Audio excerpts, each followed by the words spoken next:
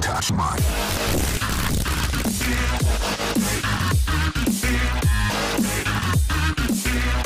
Style, and you are an entity unto yourself, and you're an island, then hey, it's okay. There's minimal sacrifice in my opinion.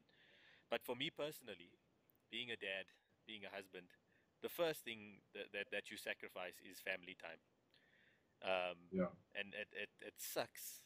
Like, it really sucks. Like, especially after Maya was born, like, my mindset, I had to do a lot of adjusting actually, because you like want to be with your baby, you know what I mean? And yet here you are, you're like, I would actually like sort of rush workouts at some times or whatever the case is, and you Just to get not home. even consciously doing it, you know what I mean? You're just sort of pushing through, because you get a different kind of joy from a kid, you know what I mean? Yeah. Those people with children will know that. So um Andrew, you also just become like sort of Yeah. recently a dad, I think you'll know what I'm talking about. Starting to learn that now. Yeah. So yeah, for me, the first thing you'll sacrifice is the time with your kids, and then you'll sacrifice definitely like time with your spouse, Yeah. if you're a female or a male. Financial Yeah. sacrifice, that's also one that gets me. But, do you have anything you want to say, Andrew, before we get into that? Yeah. Before we get to the financial thing, back to the sort of social or Yeah. family sort of, and um, a lot of people in the industry, they may treat their partners like shit, but they will, when some stranger comes up to them and says, "Hey, how's training?" You're happy to talk Yo, about your man. own life. Yeah. It's all cool, and but then at home you're actually a dick. And And you know what shit about that is then I have so many people that actually sort of they'll talk to me, everyone talks to me, and they'll be like, no, like, they don't get it, my spouse doesn't get it. Dude, guys, understand something. The dynamic of your relationship has changed. You've undertaken this journey. You have to account for that dynamic changing. And yeah, it is something that not a lot of people understand until they actually do it. I agree with you 100%.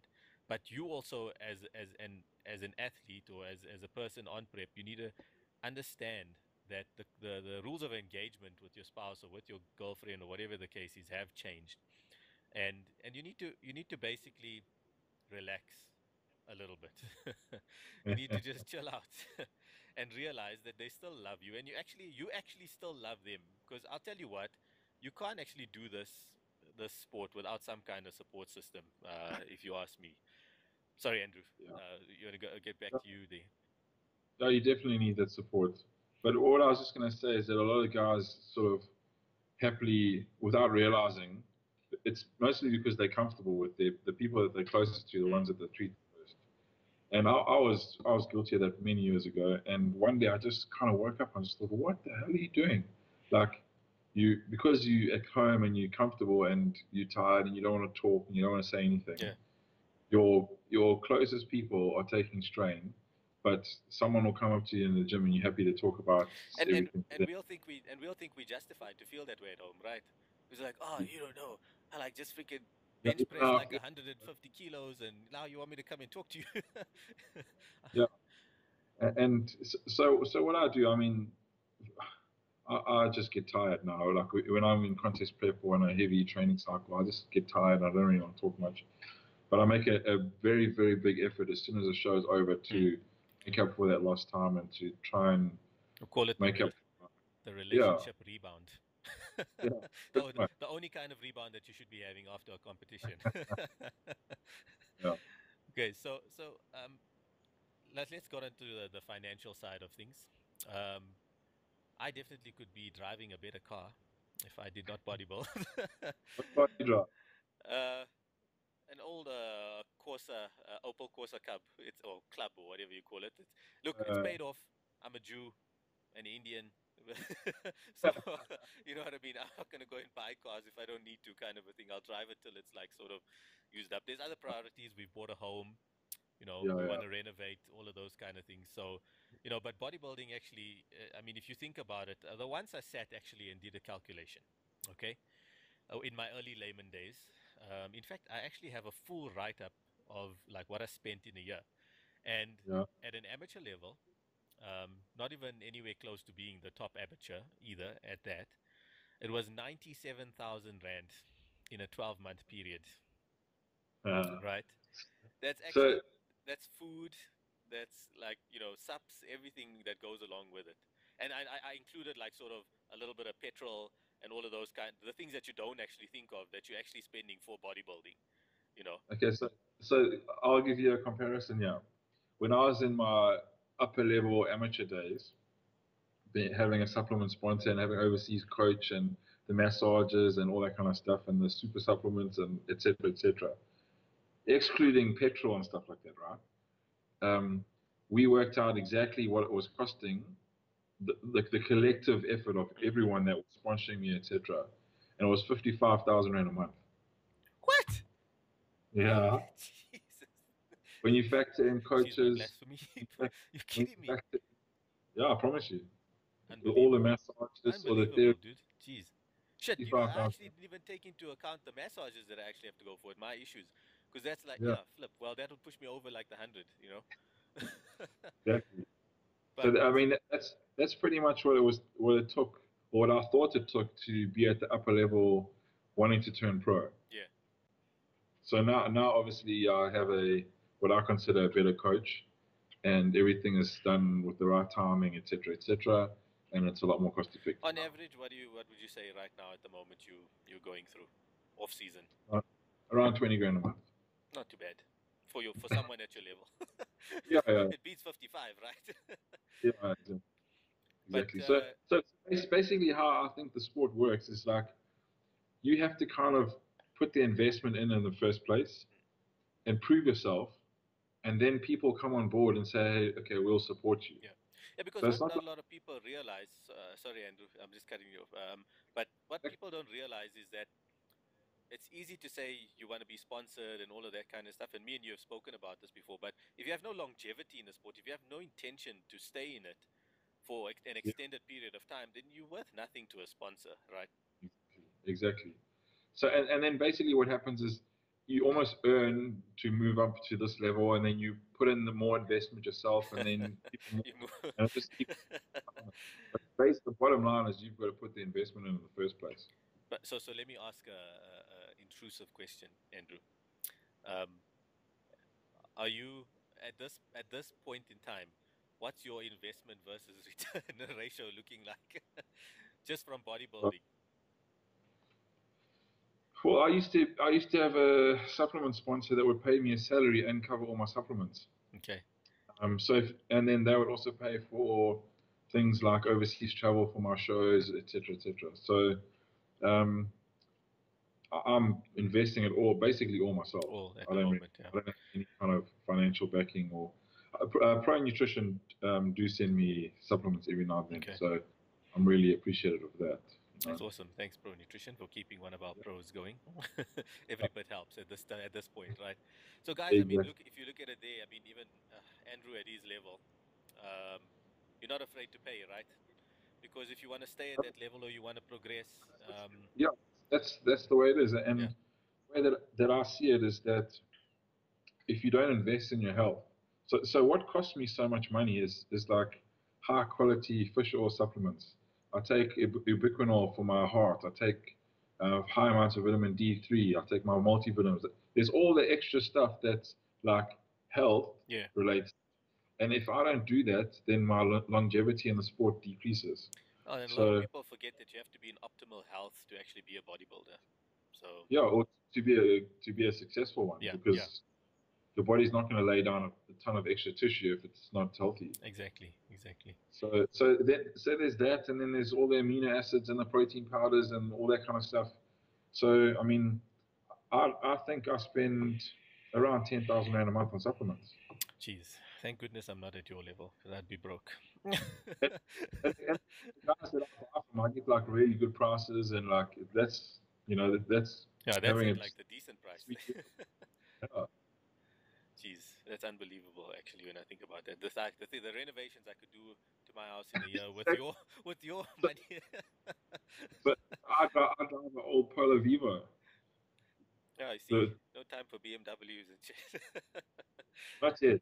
Not Not yet. yet, Well, not yet. One day, one day, one day. It's coming. goals, and once I reach those goals, then we can look at buying a nice car. But that's the pro life.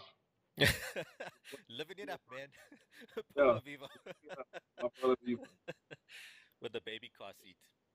No, my Polo Viva has a big safety squat bar in it. It can only take one person in. What, the yoke Got a bar? yeah. How does it So fit it in there? goes through the back, Yeah? like the Through the hatchback. It boot goes and stuff. through the boot and it rests on the passenger seat. So no Jesus. one can sit in the passenger seat and no one can sit in the back. One man car. Okay. Anything more about sacrifice? So we've covered yes, the family, the relationships, the social aspect. Yeah. Um, Look, guys, a lot of people will tell you, Just let's go back to the social aspect. yeah, I So was gonna also go back, the sacrifice is that in order to do this successfully, you need enough sleep. Yeah, You really yeah, sleep is important. So I'm not saying that you can't go out and socialize, mm. but you, sleep is a priority. So if you do socialize, you can do it, but you got to be home early For me, to guys, sleep in. I actually recommend to people when everyone's like, oh yeah, how much is it? Like, 50% gym, blah blah blah. I'm like, no, no, guys, Uh, it's for yeah. me. For me, it's 80% nutrition, it's 15% sleep, and it's 5% training. I firmly believe that. For me, it's 100% nutrition, 100% training, 100% sleep, Ah, come on, man, you know, come with that whole that crap. all, all in one. Well, you Because if you literally take because if you take out nutrition completely, what's going to happen? no, Or no. if you Listen, it's take all training part of out the puzzle. completely, It's all part of the puzzle. yeah. But So you you have to know, do all of those elements at 100%. at 100%, yes. But when you have the layman coming to you, right, and they want to know this breakdown, for me to emphasize the importance, I do follow on by saying, but if any of those are, you know, sort of Yeah, lacking, that's the thing. That 100% actually is the complete picture, and you have to be 100% at the 80% nutrition, and 100% at the 15% sleep, yeah, and 100% at the 5%. So yes, I agree with you, but not. um, yeah. But what I wanted to say about the social aspect is this, guys. Right? You'll hear a lot of people be like, yeah, why can't you have a social life and be a bodybuilder or fitness girl or whatever the case is?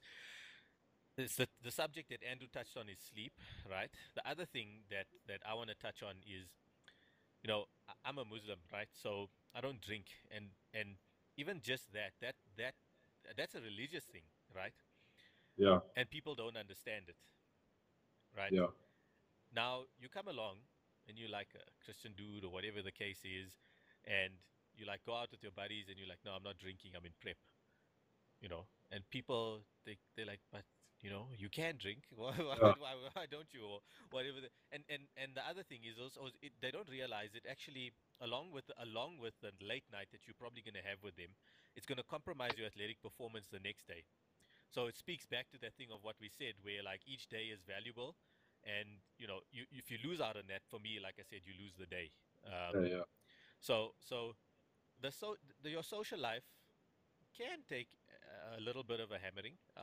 I know my social situation and my circle of friends has changed a lot because the people that sort of even just grew up with me, like through school and stuff, and I love them to bits and I miss them and I still see them. Actually, we still yeah. keep in touch and all of those things. um, but they will never understand actually what you're going through, and Mm, therefore they will never be able to justify it in their mind, like, oh, why is Dubs being like this, or why is he just sitting here and having like his yeah. his his meal out of a Is it Tupperware kind of a thing. That being said, yeah, like they sort of have come around, and like they're very supportive and all of that kind of stuff. Like, I mean, my best friend's wedding, where I was like an MC, tore my pants on that same day because the quad games were just amazing. yeah. But I mean, he was so accommodating. Wasn't offended that I pulled out a Fitmark Tupperware and ate it while everyone was eating their their meals. At least it cost him So one less person to cater for. So I suppose that was, maybe you can answer me this. yeah, I've always wanted to know this. Okay. So let's say let's say you say to your friends, "Hey, I'm really struggling for money. I don't have any money, so I need to save." When you say that to your friends, they all say, "Okay, cool. Like you must save and it's good." Blah blah blah. If you tell your friends, "Hey guys, I'm not drinking," all they do is say, "Come on, hey, why don't you drink, drink, drink?" It's They'll like be like, they I'm want you trying to to fail. save, man. Could you just Yeah, pour we exactly. So if you, that like, it's like they want you to fail. Like why do people do that? I know that. Oh my God, I know that. Like seriously, like do you not respect me enough to realize that I'm trying to do something Yeah, like you that, want me that to like fail. I've embarked on this journey. Like even if you're like a newbie or a first timer, and especially the new people, they actually lose Yeah, friends, because of this kind of stuff. I fortunately have long time friends and understanding friends that sort of always knew I was like kind of like a bodybuilding fanatic, but I'd never taken it to that level where that yeah, they need to experience. But you're right, it's almost like they they they they want you to well you certainly feel yeah. like that. You, It's, you, you just told like your friends, like, "Hey guys, I've got this goal. I'm gonna do the show yeah, and like, come on, drink." 5 minutes later, everyone's buying you drinks, saying, "Come on, drink, drink, drink." Like if you had to say to people like, "I've only got one tank of petrol left in my car. Like yeah. that's all I've got, Then and they'll my be like, car's." hey, let me buy you a drink. Yeah, exactly. Come on, guys, get us protein shakes. You know, we need them. Okay, so that is sacrifice commitment. Let's close it off. Um, what else, Andrew? Let's think of the things that you'd. So I actually just we spoke about financial sacrifice, but actually what I want to just touch on is actually the finance side of things. So now a lot of people think to get in an amazing shape, whatever, you need a lot